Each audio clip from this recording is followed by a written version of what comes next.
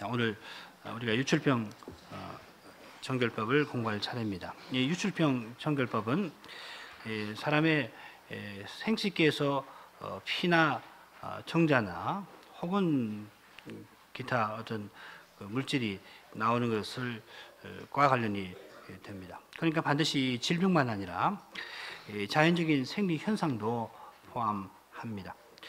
장기적인 유출 현상은 이건 물론 질병에 해당되고 또한 심각한 부정 상태를 일으킵니다만 단기적인 유출 현상도 부정 상태를 가져옵니다.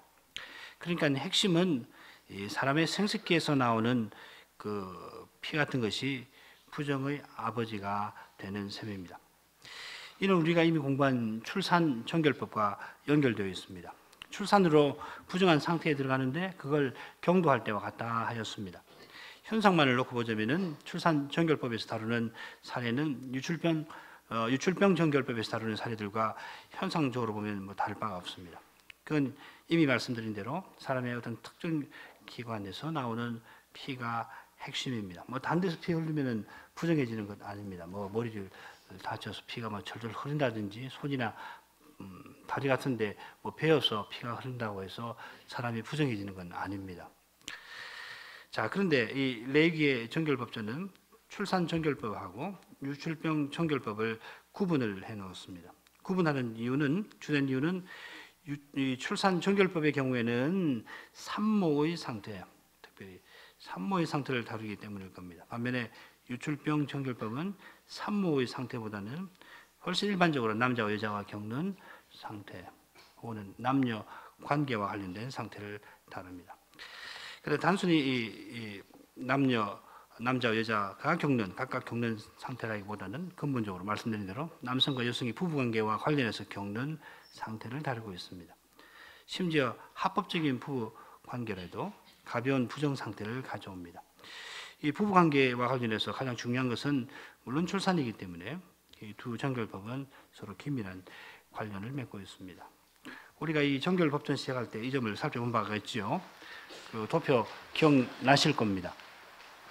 12장에서 출산 정결법을 공부했고 11장에서는 음식, 그리고 13, 14장에서는 문둥병, 그리고 이제 레기 15장에서는 유출병 정결법, 그리고 다음번에 대속죄를 우리가 몇 차례 공부를 할 건데요.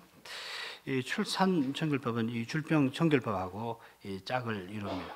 둘은 태초에 하나님이 남자 여자를 창조하실 때 혼인해서 한 몸 되게 하신 거, 그리고 그 혼인 관계를 통해서 생육하게 하신 사실, 또 타락한 이후에는 인생에게 하나님이 심판하실 때 여자가 아이를 낳으면 극심한 고통을 느끼게 할 것이다 하신 것과 남자 여자의 관계가 서로 대립하는 관계에 놓이게 할 것이다 하신 사실과 관련이 되어 있습니다. 그 사실, 다른 경우는 뭐 피가 흐른다고 해서 부정해지는 거 아니고 오히려 피를 갖고서 정결하게 하는 일들을 하잖아요. 따라서 이 유출병 정결법을 공부할 때 우리는 하나님의 창조와 심판을 염두에 두고 읽어야 합니다. 그래야 하나님께서 이 유출병과 관련된 여러 현상을 부정의 아버지로, 부정을 일으키는 그런 것으로 만드신 본의를 이해할 수가 있게 될 겁니다. 그 의미는 이제 우리가 다음 시간에 공부를 할 겁니다.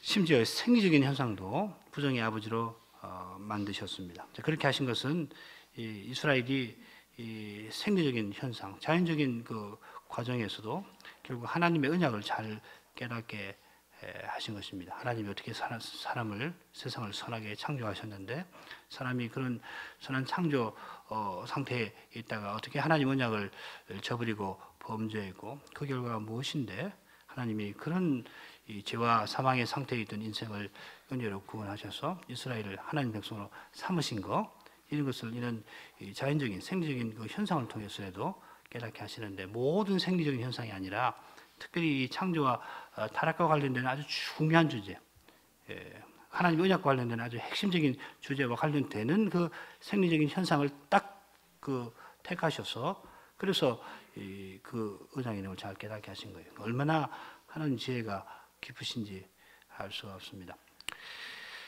자, 마찬가지로 우리도 이 유출병 정결법을 통해서 그리스도를 통하여 정결하게 된 뜻을 잘 배울 수가 있겠습니다. 그래서 우리가 레위기를 공부하는 것이겠죠. 자, 그러면은 계율을 한번 살펴보죠. 그 도표 한번 보십시오.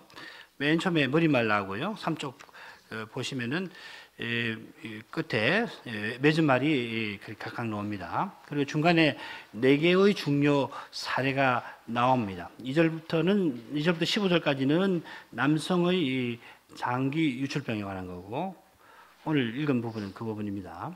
그리고 16절부터 18절은 남성의 단기 유출병, 그리고 19절부터 24절까지는 여성의 단기 유출병, 그리고 25절부터 30절은 여성의 장기 유출병, 이렇게 되어 있습니다. 구약은 이런 구조를 가지고 제시를 합니다. 오늘날 같으면은 뭐 남성의 장기, 뭐 단기, 여성의 장기, 뭐 단기, 뭐 혹은 남성, 여성의 단기, 뭐 장기, 뭐 이렇게 할 가능성이 많겠죠. 뭐 논문을 쓴다든지. 근데 성경은 그렇지 않습니다. 이런 구조를 많이 택합니다. 물론 이 구조만 있는 건 아니지만은. 예, 그리고 그 소제목들도 보시면은 매우 비슷하다는 걸 알 수가 있을 거예요. 장기 유출병, 남성의 여성의 경우 똑같이요. 그리고 남성의 단기, 여성의 단기 유출병도 보면은 그 경우를 언급하고, 그 다음에 동침에 관한 이야기가 각각 이렇게 나옵니다. 자, 3쪽으로 가죠.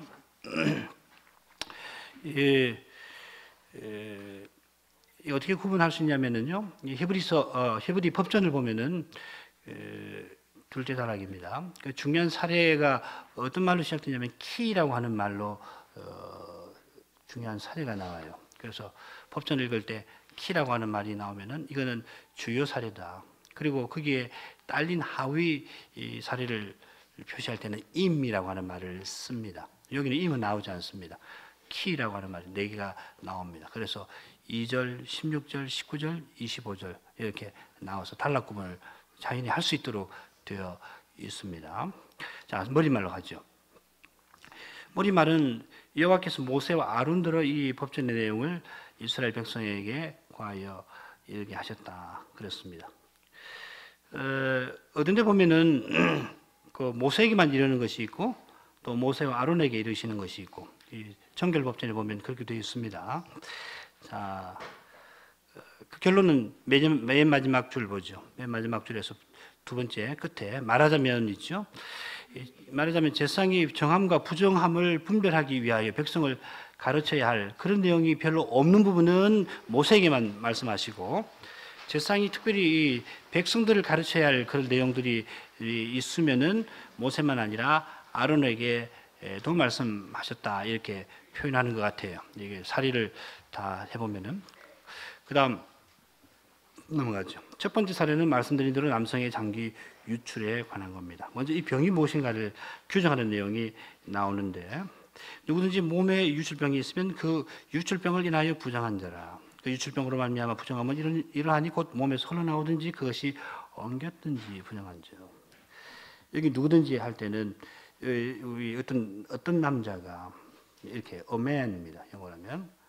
그러니까 이건 남성에 관한 거라는 것이죠. 여성에 관한 것은 19절 넘어가야 나오는 겁니다. 그래서 16절 이하에 나오는 그 설정과는 이 유출병이 구분된다는 걸 또 알 수 있습니다. 그래서 이 2절 이하에 나오는 유출병은 학자들이 대체로 이거 임질을 아니겠나 그렇게 말합니다. 중요한 건 이게 뭐 임질인가 아닌가 그것이 중요한 것도 아니고, 그 다음에 이 유출병의 그 병리적인 측면이 아니라 언약적인 측면이 여기서 중요합니다. 여호와께서 임질이라는 성병과 그 성병의 전염을 막기 위해서 이런 법규를 내셨다. 물론 그럴 수 있어요. 하나님 생각은 뭐 깊고 깊어서 물론 그럴 수가 있을 겁니다만은 그렇게 결론을 쉽게 지을 것 아니고, 이 부정법, 정결법에서 이 유술병이라는 어떤 의미를 갖는가 하는 것을 생각해 보는 것이 좋습니다. 그런 점에서 이 몸이라고 하는 단어에 우리가 주목할 필요가 있습니다. 이 부분을 번역을 조금 고쳐보겠습니다. 어떤 남자가 유출병이 있을 때 곧 그 유출이 그의 살에서 나올 때, 위에서 우리 몸이라고 그랬죠. 이게 살입니다. 그 바사르라고 하는 말, 영어는 플래시입니다. 그는 부정한 자라. 이것이 그의 유출병으로 그의 부정하미니 그의 살이 유출이 흐르든지 그의 살이 그의 유출로 엉겼든지 부정한대요.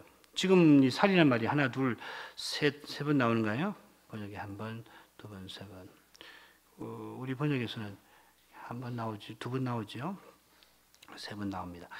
많은 학생은 여기서 이 몸이라는 생식기를 가리키는 왕국어라고 해석합니다. 막 그럴 겁니다. 그렇지만은 이 육이라는 말을 특별히 사용한 것은 우리가 레위기 11장부터 15장 정결법 시작할 때 지적한 대로 이 육이 이 부정 상태의 근본적인 관념이기 때문입니다. 육은 뭐냐면 타락한 사람, 하나님 진노와 심판 아래 있는 사람, 죄와 허물로 죽은 사람을 가리키는 표현입니다. 이건 바울 사도도 그렇게 쓰고 있습니다. 여호와께서 유출이 육에서 나오는 것이라 말씀하시므로 이 법의 언약적인 측면에 주목하도록 하시는 겁니다. 5페이지로 가죠. 그 다음에 이제 4절부터 12절까지는 이런 사례가 발생할 경우 유출병이 어떻게 부정의 아버지가 되는가를 설명을 하고 있습니다. 뭐 다 읽지는 않겠습니다. 여기 보면은 한 군데만 좀 고쳐주시죠. 3번 번호, 8절에 해당되는 3번 번호. 번호가 왼쪽에 원으로 1, 2, 3번 있죠. 줄 꺼진 거 말고 줄 꺼진 1번 바로 위에 유출병자의 침이라고 했는데 이렇게 해주십시오. 유출병자가 침 뱉은 사람 이렇게 하시죠. 그러니까 유출병자의 침 뱉음을 당한 사람입니다. 그 경우를 언급을 하고 있습니다. 크게 보면 부정의 딸이면서 부정의 아비가 되는 경우가 있고 그냥 부정의 딸이 되는 경우가 있고 그렇습니다. 부정의 딸이면서 아비가 된다는 말은 부정의 아비에 의해서 부정한 상태가 되었는데 그 부정한 상태가 다른 것을 부정하게 만들 경우 부정의 딸이면서 동시에 아비가 되는 경우죠. 부정의 딸이라고 하는 것은 자기가 부정의 아비에 의해 접촉되어서 부정하게 되고 그 다음 그 부정의 딸에게 접촉이 된다고 해서 다른 사람이 부정해지는 그런 경우는 없어요. 이런 거는 그냥 부정의 딸이 되는 겁니다. 그런데 어떤 것은 부정의 딸이면서 아비가 돼요. 예를 들면 대표적인 것이 유출병자 눈 침상입니다. 침상은 유출병자에 의해서 부정해졌지요. 동시에 이건 그 자체가 부정의 아비가 돼서 이 침상에 누가 앉으면은 그 사람도 부정하게 만드는 거예요. 이런 건 부정의 딸이면서 이제 아비가 되는 경우죠. 그런데 그 침상에 앉아서 부정해진 그 사람은 그 사람으로 끝나는 거예요. 그 사람을 만졌다거나 그 사람이 또 다른 사람을 만졌다고 해서 그 만짐을 당한 사람이 부정해지는 건 아닙니다. 그 이야기입니다. 읽어보시면 되겠습니다. 넘어가죠. 이 경우는 뭐 대부분 전부 다가 하루 동안 부정해집니다. 옷을 빨고 물로 씻는 예식 그리고 저녁 되면은 회복됩니다. 저녁 번져드리는 시간에 회복이 됩니다. 그 다음 단락. 자, 그 다음 나오는 15절부터 15절까지는 유출병에서 나았을 경우에 행할 그 정결 예식입니다.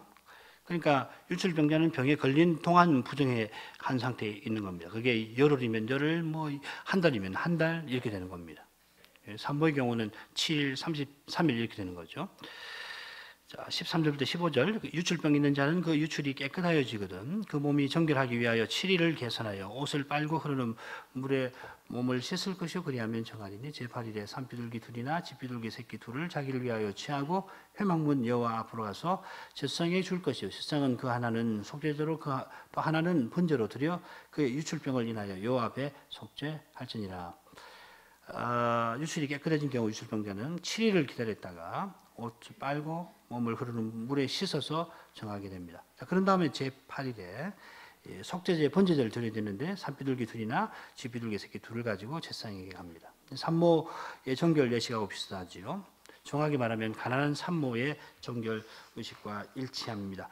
문둥병에서 난 사람이 가난한 경우에 행하는 정결 예식과도 비슷합니다. 물론 문둥병의 경우에는 속건제를 드려야 되죠. 그건 다릅니다. 자, 여기 이 회막문 여호와 앞으로 가져간다는 표현에 주목할 필요가 있습니다. 모세가 여호와를 위하여 세운 천막을 회막이라고도 하고 선막이라도 한다 그랬죠. 성막이라고 할 때는 여호와께서 거하시는 곳이다 하는 의미가 있고 회막은 여호와 하나님이 자기 백성과 만나 주시는 곳이다 하는 의미가 있습니다. 레위기 15장 31절에 가면은 거기는 성막이라는 표현이 나오고요. 반면에 아까 14절에서는 회막이라는 표현이 나왔습니다. 31절 너희는 이와 같이 이스라엘 자손으로 그 부정에 써나게 하여 그들로 그 가운데 있는 내 장막을 더럽히고 그 부정한 중에 수금을 명쾌 할지니라. 여기 장막 뭐 슈칸인데 출애굽기나 다른 데서는 성막이라고 일제히 번역을 해놓고 있습니다. 이 장막이 맞을는지 모르겠어요. 미슈칸이라 말은 뭐 장막이죠. 이 카도시가 붙어야 성막이 되는데 아무튼 이 미슈칸은 성막입니다. 하나님이 거하시는 곳이다. 이 샤칸이란 말이 그 거한다는 말, 산다는 이야기거든요. 그래서 미슈칸. 그래서 영광 구름도 쉐키나 구름이라고 그러잖아요. 하나님이 그 계시는 구름이다. 그래서 쉐키나 구름이다. 미슈칸, 샤켄 뭐 이렇게 되는 겁니다. 언약 백성이 부정 상태에 있게 되면은 여호와 거하시는 곳이 더럽히게 됩니다. 그런 상태에서 여호와 하나님이 백성을 만나주지 않기 때문에 부정 상태에서 나가면 죽임을 당하는 겁니다. 그런데 언약 백성이 부정 상태에서 벗어나게 되면은 여호와께 제사드리고 여호와는 그 제사를 받으셔서 그 백성을 만나 주십니다. 그런 점에서 회막이라 부르는 겁니다. 유출이 깨끗해진 사람이 속죄제 번제를 준비해서 먼저 속죄제 드리고 번제를 드립니다. 그 제사들은 먼저 유출병자로 말미암아 들어오진 성막의 오염을 피로 덮어서 없애는 역할을 하고, 이어서 유출병에서 나은 사람이 여호와의 것으로 전부 자기를 드리는 의미를 갖고 있습니다. 이 속죄제 번제는 절기 때 드리는 공적 제사의 유형입니다. 자, 그 다음은 넘어가죠. 남성의 단기 유출, 남성의 단기 유출병이라 부를 수가 있겠습니다. 좀 더 정확하게 말하면 남성의 통상적인 유출이라 합니다. 할 수 있습니다. 반면에 앞서 공부한 경우는 비정상적인 경우, 정상적인 경우에 해당되는 겁니다. 그리고 이렇게 나옵니다. 7조로 가보죠.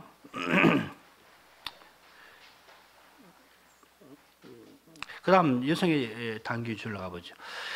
19절부터 24절까지는 여성의 단기 유출 혹은 여성의 통상적인 유출에 관한 겁니다.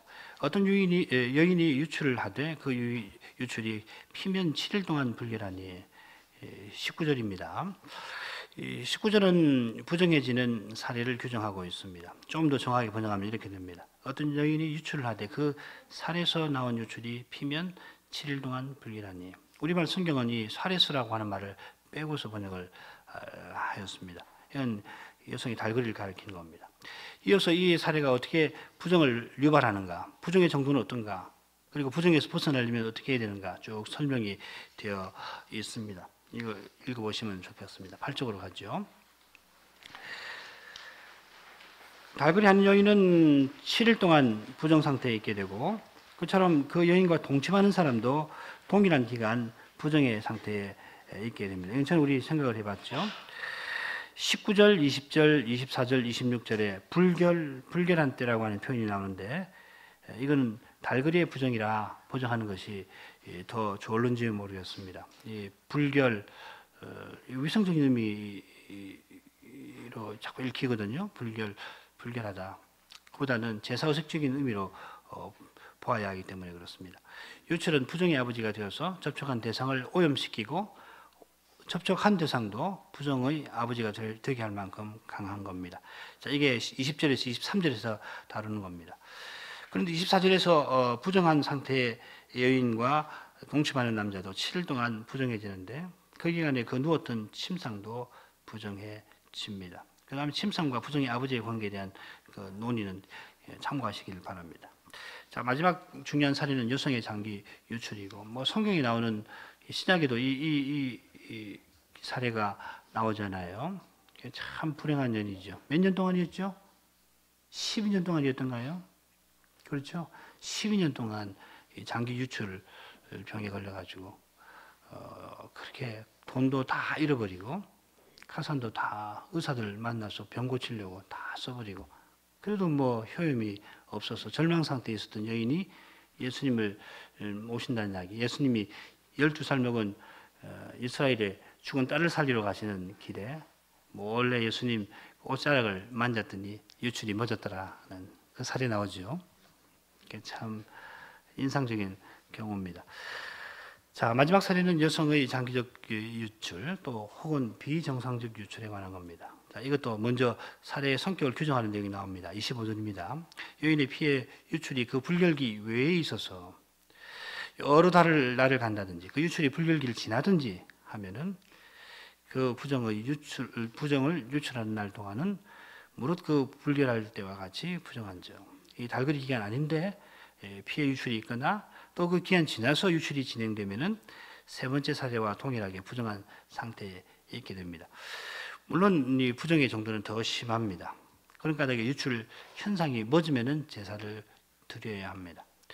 이 사례에서 발생하는 오염에 관해서 26, 27절에 간단히 다뤄져 있습니다.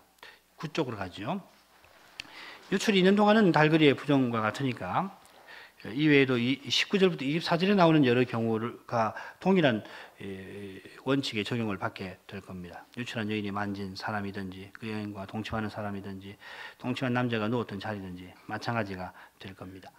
이 장기 유출이 끝이면은 여인은 7일을 센 후에 정하게 됩니다. 달거리의 경우에는 유출이 있는 7일간 부정해지지만은 멈춘 다음 7일 지나야 정결해집니다. 이 역시 장기 유출이 여성의 통상적인 유출보다 더 심한 부정이 된다는 것을 보여주죠. 그래서 제사를 드려야 되는데 남성의 장기 유출과 같습니다. 자, 맺은 말로 가죠. 이 4개의 사례가 열거된 다음에 31절부터 33절까지 결론이 나옵니다. 그 31절에 이 유출병 정결법의 법적 취지를 간명하게 언급을 하고 있습니다. 아까 읽었습니다.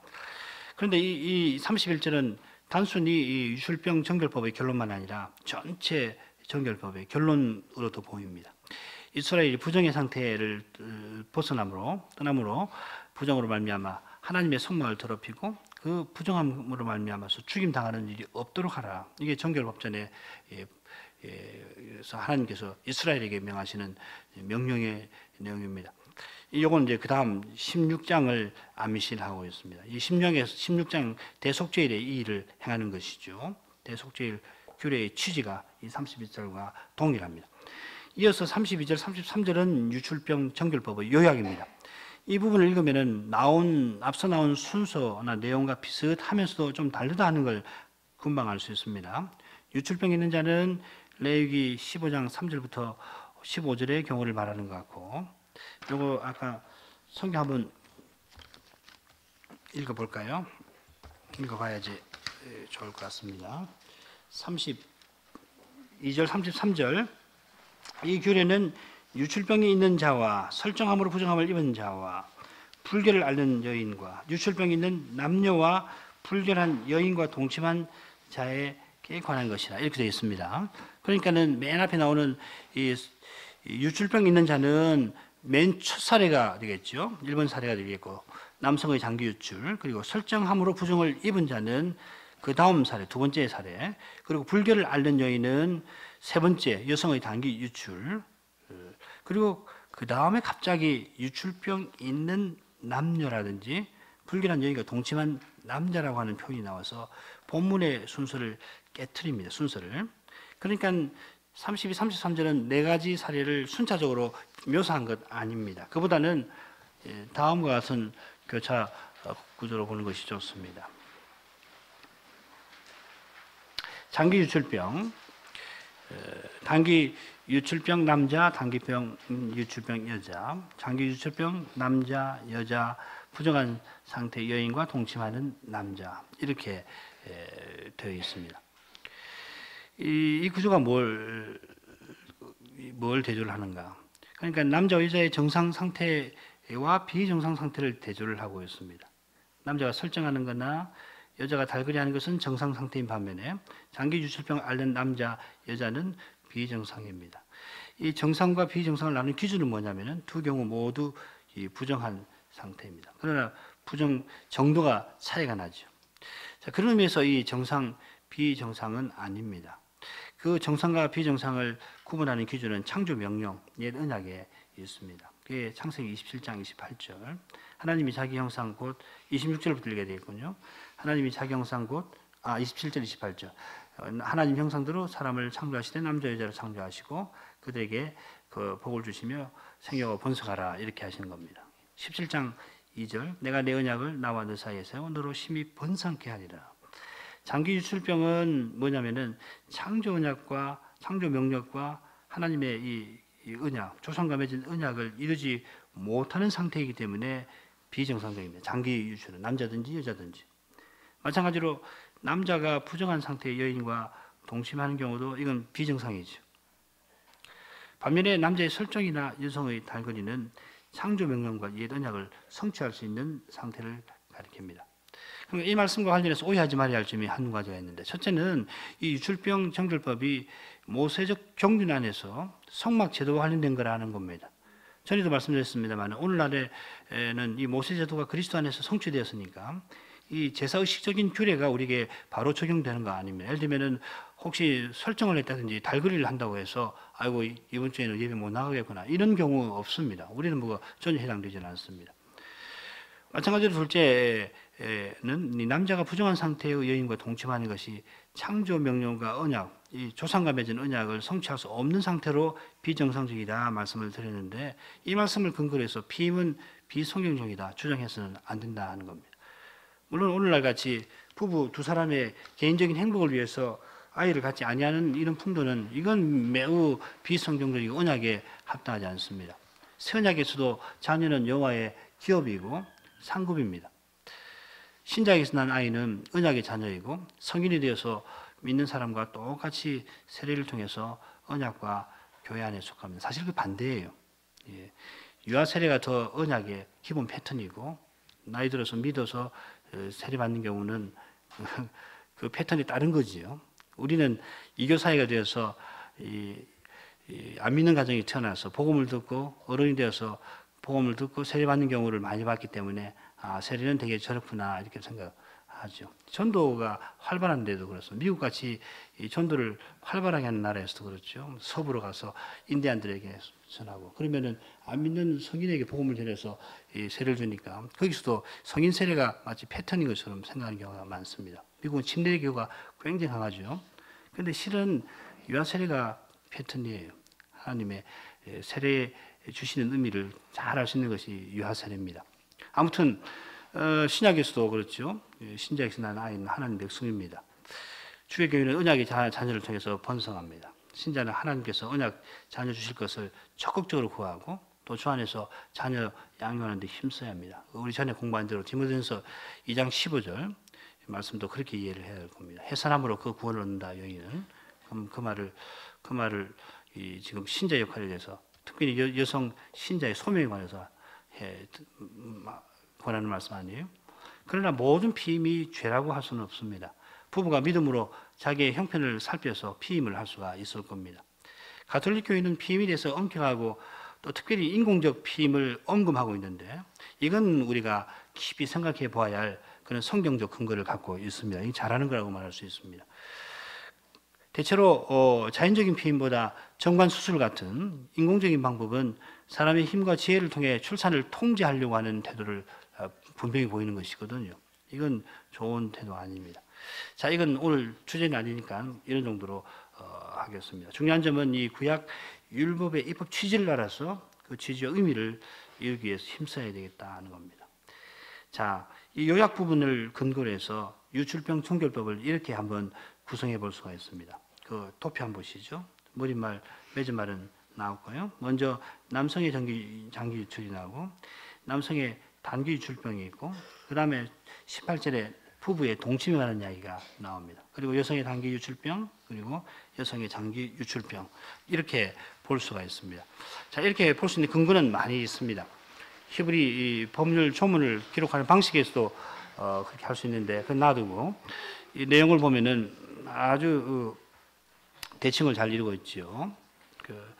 레위기 15장 2절부터 15절 그 남성의 장기, 그 다음에 남성의 단기, 그 18절은 이게 그 동침에 관한 거고, 그 다음에 19절부터 24절 여절에 여성의 단기 유출, 그리고 마지막은 여성의 장기 유출인데, 보면은 기간이 장기, 단기, 동침, 단기, 장기 아주 시메트리가 잘 돼 있죠. 그 다음에 성별 남자, 여자 이렇게. 그 다음에 신체적인 정상 여부, 비정상, 정상, 언약을 준수하는 거. 그 다음에 정상, 비정상. 기능적인 정상 여부, 비정상, 기능의 장애. 그 다음에 언약 준수, 기능의 장애, 비정상. 이렇게 볼 수가 있습니다. 유출병 정결법은 결국 언약 백성이 거룩한 가정을 이루고 살도록 교훈하는 겁니다. 이를 위해서 이스라엘은 하나님 언약을 준수해야 합니다. 언약의 줄타리 아래 늘 거하면서 거룩한 하나님을 가까이 해야 합니다. 거룩한 교회를 서서 예배 잘 드려야 됩니다. 하나님을 가까이 하는 사람만이 거룩한 사랑을 나타낼 수 있고 이 거룩한 사랑으로만 가정의 본의를 이룰 수가 있습니다. 이 내용은 다음 시간에 제가 길게 설명해 드리도록 하겠습니다. 기도하시죠. 거룩하신 하나님, 죄인을 향하여 긍휼을 베푸셔서 그리스도 안에서 저희와 언약을 맺어주시고 그리하여 그리스도께서 다스리시는 하나님 나라 언약의 나라에서 저희가 거룩한 열매를 맺고 살 수 있게 하시니 감사하나이다. 그리스도께서 믿는 저에게 부활의 생명을 허락해 주셔서 심히 연약하고 또 완악한 저희라도 거룩한 사랑을 발휘하여서 거룩한 사회를 이루며 살 수 있게 하시옵나이다. 성신님을 의지하는 자마다 거룩한 교회 지체로 살고 또한 일상에서도 하나님 나라의 실질을 그 소명을 통해서 드러낼 수가 있겠사옵나이다. 주님께서 주님의 성신과 말씀으로 저희를 다스려 주셔서 저희가 특별히 거룩한 가정을 이루며 살도록 하여 주시옵소서. 주 예수님 이름으로 기도합니다. 아멘.